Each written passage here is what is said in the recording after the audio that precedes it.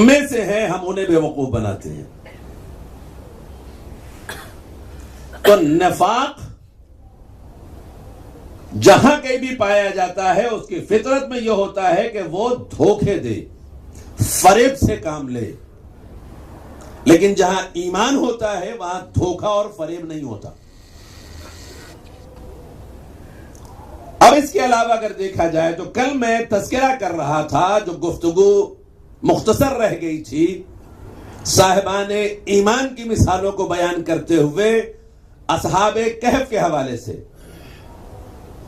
اور بات یہاں تک میں نے بیان کی تھی کہ اوقیانوس نے اپنے اس شہر کا جس کا حدود اربع کا مالک وہ تھا، اس طرح سے داخلی اور خارجی راستوں پر بت رکھے تھے کہ آنے اور جانے والے بت پرستی کرتے ہوئے آئیں اور بت پرستی کرتے ہوئے جائیں۔ انہی میں چند افراد ایسے ہیں کہ جنہوں نے خالق کی بارگاہ میں یہ دعا کی، پروردگارا ہم تجھ پر ایمان رکھتے ہیں، ہمارے ایمان کی حفاظت فرما اور ان کے درمیان سے ہمیں محفوظ طریقے سے نکال دے۔ اتنا یقین، اتنا اطمینان، اتنا کسی بھی انسان میں آپ نے اپنے درمیان میں کسی مومن کو ایسا پایا ہے کہ جو اللہ پر اتنا توکل رکھنے والا ہو؟ میں یہاں جناب عبد المطلب کی مثال آج نہیں بیان کر رہا ہوں، کل بیان کر چکا۔ آسیہ زن فرعون کی مثال میں نے کل آپ کے سامنے بیان کر دی۔ وہ مومن ہیں، صاحبان ایمان ہیں، مومنات ہیں، جن کی اللہ نے مثالیں قرآن مجید میں بیان فرمائی ہیں۔ انہی مثالوں میں سے ایک مثال یہ بھی ہے اصحاب کہف کی۔ اصحاب کہف والرقیم، قرآن مجید میں پورا سورہ کہف موجود ہے، ان کے ایمان کے واقعات بیان کیے گئے ہیں۔ ایسے باطل حکمرانوں کے درمیان سے اللہ نے انہیں محفوظ طریقے سے نکالا بھی اور ان کی حفاظت بھی فرمائی۔ نہ ان کی زندگیوں کو نقصان پہنچا، نہ ان کے ایمان کو نقصان پہنچا۔ لیکن جب وہ نکل گئے، باطل کو خبر ہوئی، حاکم وقت نے اپنے حواریوں کے ساتھ میں ان کا پیچھا کیا۔ یہ بھی بیچارے درمیانے سفر میں چلے جا رہے تھے، راستے میں ایک کتا بھی ان کے ساتھ میں ہو لیا۔ مومنوں کے ساتھ میں اگر کتا بھی لگ جائے تو قابل تذکرہ ہو جائے۔ آج تک قطمیر کی گفتگو کی جاتی ہے مومنوں کے ساتھ میں۔ عزیزو، صرف ایک جملہ کہنا چاہتا ہوں، مجھے زیادہ تشریح نہیں کرنی ہے۔ اگر مومنوں کے ساتھ میں ایک نجس العین جانور بھی ان کی حمایت میں کھڑا ہو جائے اور ان کی محافظت کے لیے غار کے دہانے پر بیٹھ جائے تو قدرت اس کا تذکرہ کیا کرتی ہے۔ تو وہ صاحبان ایمان کہ جو اپنی زندگی محبت امیر المومنین میں بسر کرے، ان کا مقام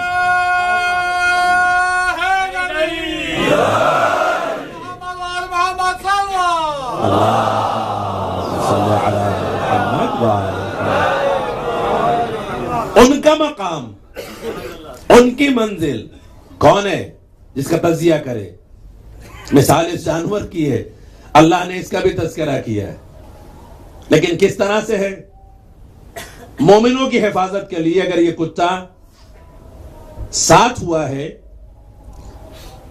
تو مومنوں کے ساتھ میں غار کے اندر نہیں گیا، غار کے دہانے پر بیٹھا ہے، اور جس وقت اوقیانوس اپنے وزراء اور لشکر کے ساتھ میں پہنچا ہے، اس نے بھونک کر اندر والوں کو بتایا کہ دشمن آ گئے ہیں۔ اندر سے رو کر کے نہیں بتا رہا ہے، غار کے دہانے پر بیٹھ کر کے بھونک کر بتا رہا ہے کہ دشمن آ گئے ہیں۔ پروردگار عالم نے ان پر نیند طاری کر دی، یہ سب کے سب سو گئے۔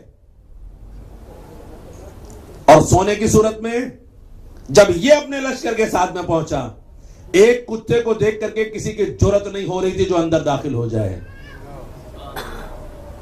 جانتے ہیں مومن خائف نہیں ہوتا، لیکن جہاں کفر و نفاق ہوتا ہے وہاں خوف ہمیشہ رہتا ہے، وہاں خوف ہمیشہ رہتا ہے۔ اپنے وزراء، اپنے فوجیوں کے ساتھ میں آنے والا ایک جانور سے خائف ہے۔ ہر ایک یہ کہہ رہا ہے کون ہے جو اندر جا کر کے ان کی خبر لے کر آئے، یہ کون لوگ ہیں؟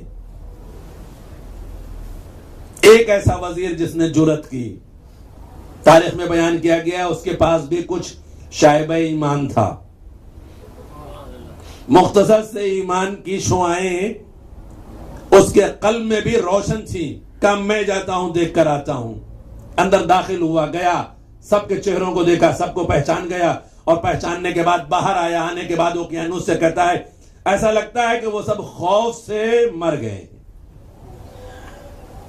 یہ نہیں کہا کہ وہ سب مر گئے، ایسا لگتا ہے کہ وہ سب خوف سے رخصت ہو گئے ہیں۔ پروردگار عالم نے 300 سال تک کوئی غذا انہوں نے استعمال نہیں کی، کسی طریقے سے ان کے جسم کو کوئی نقصان نہیں پہنچا۔ غار ہے، غار کے اندر رہتے ہوئے یہ ظالم نکلتے ہوئے غار کے دہانے کو بند کر کے جا رہے ہیں، ہر ایک کے نام کو لکھ کر کے جا رہے ہیں، تختی لگا کر کے جا رہے ہیں، اور اس پر قطمیر کا نام بھی لکھ کر جا رہے ہیں۔ یعنی صاحبان ایمان کے ساتھ ساتھ میں نے اس لیے پہلے تذکرہ کیا تھا کہ اس نے حفاظت کے لیے اگر اس مقام تک پہنچا ہے تو اس کا نام بھی وہاں تختی پر لکھ دیا گیا۔ آج نہ معلوم کتنے ایسے افراد ہیں جو اپنے خطوط کی حفاظت کے لیے خط کے کارنر پہ کونے پر قطمیر لگ دیتے ہیں تاکہ یہ خط محفوظ منزل اور مقام تک پہنچ جائے۔ بہت سارے ایسے افراد ہیں۔ تو ایک وہ جانور جس کا تذکرہ کفار نے بھی کیا، لکھا، اللہ نے ان کی دعاؤں کو قبول کرتے ہوئے انہیں محفوظ فرمایا۔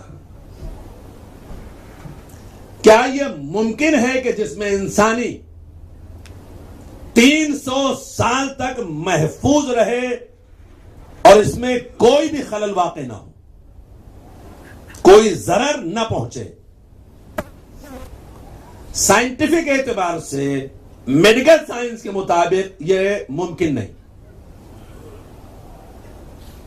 اگر کسی بھی بشر کو، کسی بھی انسان کو آپ 300 سال تک، کیا 30 دن تک اگر آپ غذا اور پانی نہ دیں، ڈیہائیڈریشن ہو جائے گی، مر جائے گا۔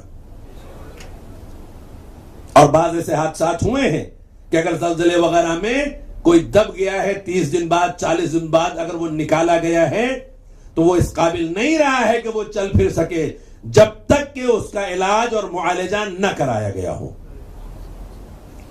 علاج اور معالجے کے بعد بڑی مشکل سے وہ اس قابل ہوتا ہے۔ قدرت پروردگار پہ نظر ڈالو ان مثالوں کے ذریعے سے۔ اللہ کہتا ہے میں نے تمہیں حیات دی ہے، تمہاری حیات میرے اختیار میں ہے۔